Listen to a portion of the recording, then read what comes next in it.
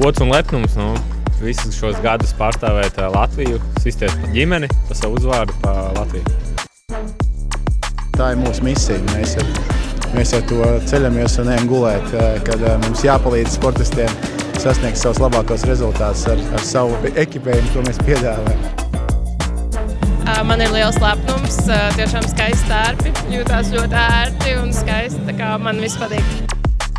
Es sāku ar hokeju nodarboties 11 gadu vecumā, tā kad visiem, kam ir vēlme un gribēšana, dodaties, cīnaties, jūs to varat un baudat. Un, protams, karognesēja gods, kas to padara vēl īpašāku un patīkamāku. Komandas noskaņojums ir kaujiniecisks. Es domāju, ka pēdējos gadus Latvijas hokeja komanda ir pierādījusi, ka mēs esam tā kā vienota. Mēs ticam viens otram un mēs ticam, ka mēs varam apspēlēt jebkuru pretinieku.